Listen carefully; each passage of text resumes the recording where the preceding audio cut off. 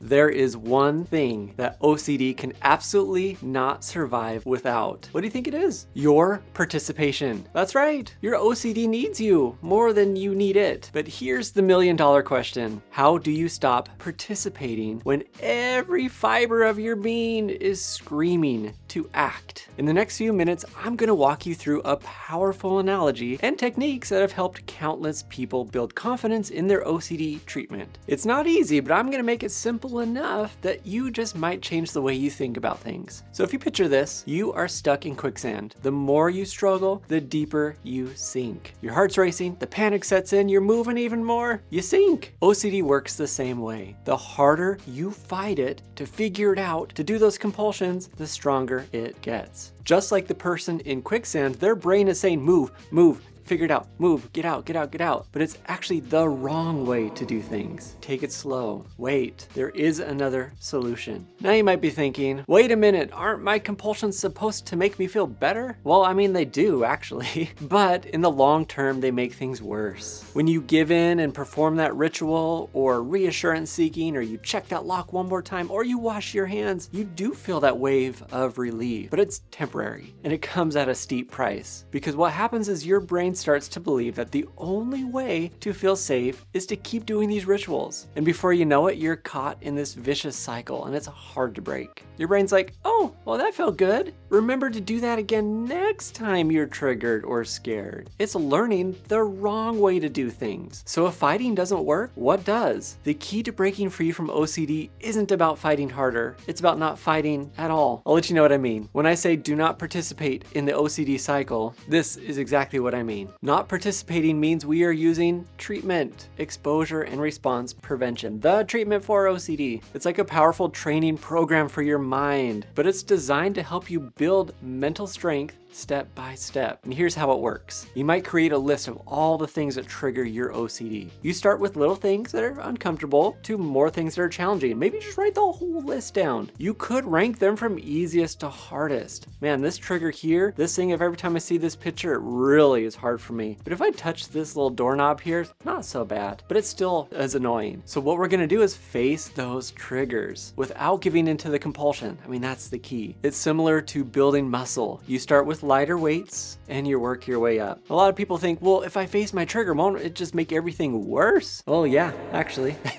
it does. It makes things worse temporarily because your body's like, what are you doing? You're not supposed to be doing this. Why are you facing this? But then it gets better. You're building tolerance. Just like you jump in that really cold swimming pool, it's cold. You're building tolerance though. You stay in long enough and you feel better. Your brain actually forgets how cold the water is because you stayed in there. You didn't get out. Getting out cold pool would be a compulsion. But it's not just about facing a fear. How we're going to respond to it makes a difference as well. So, can I show my OCD that maybe I don't care as much as it thinks? I'm touching a door handle. Am I touching it like this? Or am I touching it like this? I want to touch it like this so my brain knows, look, I don't care anymore. And I might take every threat that comes to my mind. Doesn't matter what theme you have. And I'm going to leave it uncertain. My job is to not figure this out. Or I might just totally agree with the threat. Agree with it means I'm just taking value away by saying, haha, I hope I get sick. That'd be great if I threw up today. Cool, then I might harm somebody, I don't know. Yep, my relationship might end. That's great, I hope so. Pretty cool, thanks for reminding me. How can I take value away from this thing? Just because I say it doesn't actually mean I want it to happen, but my brain needs to know, you can keep threatening me, and I don't care. So let's look at some examples. Let's say you have contamination OCD. You might start by touching the doorknob, waiting 5 minutes before washing your hands. Over time, you extend that waiting period. Can you go longer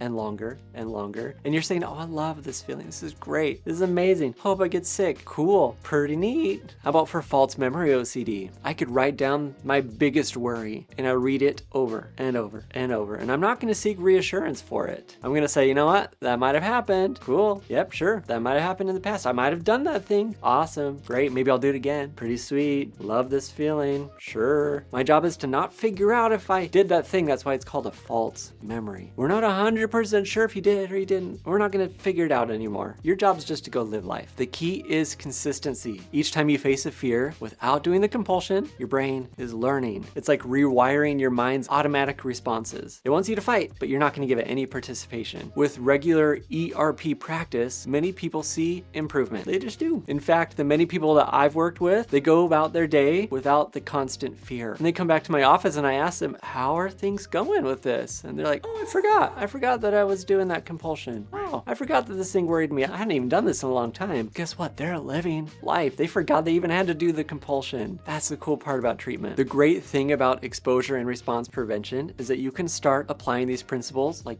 now. You don't have to wait for a therapist. You can do it now. There often doesn't feel like a great time to do this stuff, but guess what? OCD is not taking a break. It's not waiting for a great time for you. So we're just gonna do it. If you have a therapist, great. If you don't have a therapist, great. Because what I have is an online course for OCD that takes you step by step exactly what to do. You can take it even if you're seeing a therapist just to get that extra support. I'm gonna link that down in the description. But let me leave you a little snippet from that here. I've got worksheets in there that help you figure out what OCD maybe has taken away from you. Is it your money, relationships, time with others? This isn't to wallow in the past, but instead to motivate you to realize what it's taken and what you want to get back. Then I have people write down their fears one by one. They write down all the compulsions. Then we develop an action plan. We can find the things that you want to get rid of the most, and maybe we start there. You want to stop washing your hands? Cool, that's what we're doing. You want to stop being triggered by your own kids? Cool, we're going to start working there. Our job is to find those things that trigger you and engage with them completely different. You might think to yourself, if I didn't have OCD, what would I be doing right now? I'd be playing with my kids. I wouldn't be washing my hands. I wouldn't go check this thing. I wouldn't be asking for reassurance. So those are the things I'm gonna start doing. Act like I don't have OCD. We're gonna be learning some responses like maybe, maybe not. You see those magic words here somewhere? There it is. Take any threat, leave it uncertain. Don't figure it out, risk it. What does it mean if I don't wash my hands right now? We're gonna risk that. And we're gonna keep doing it until it gets boring. And then the next thing. But what if I actually did this? And what if I actually got sick? And what if blah, blah, blah? Well, then you do. But guess what? Nothing's happening right now. So we're gonna live life right now. We think we need to fight it, but we don't. We just need to do treatment. Doing treatment sometimes means I'm doing nothing.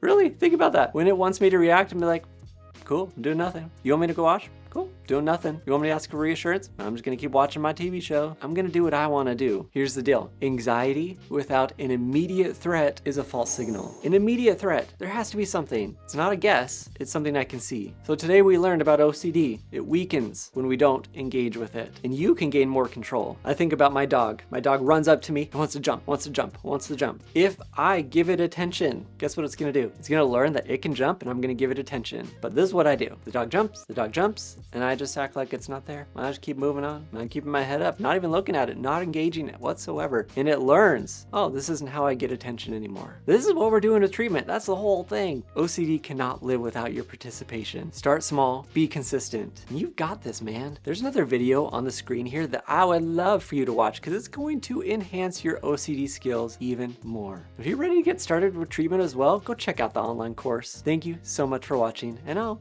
see you next time. Now you might be thinking, wait a minute, aren't my compulsions supposed to make me feel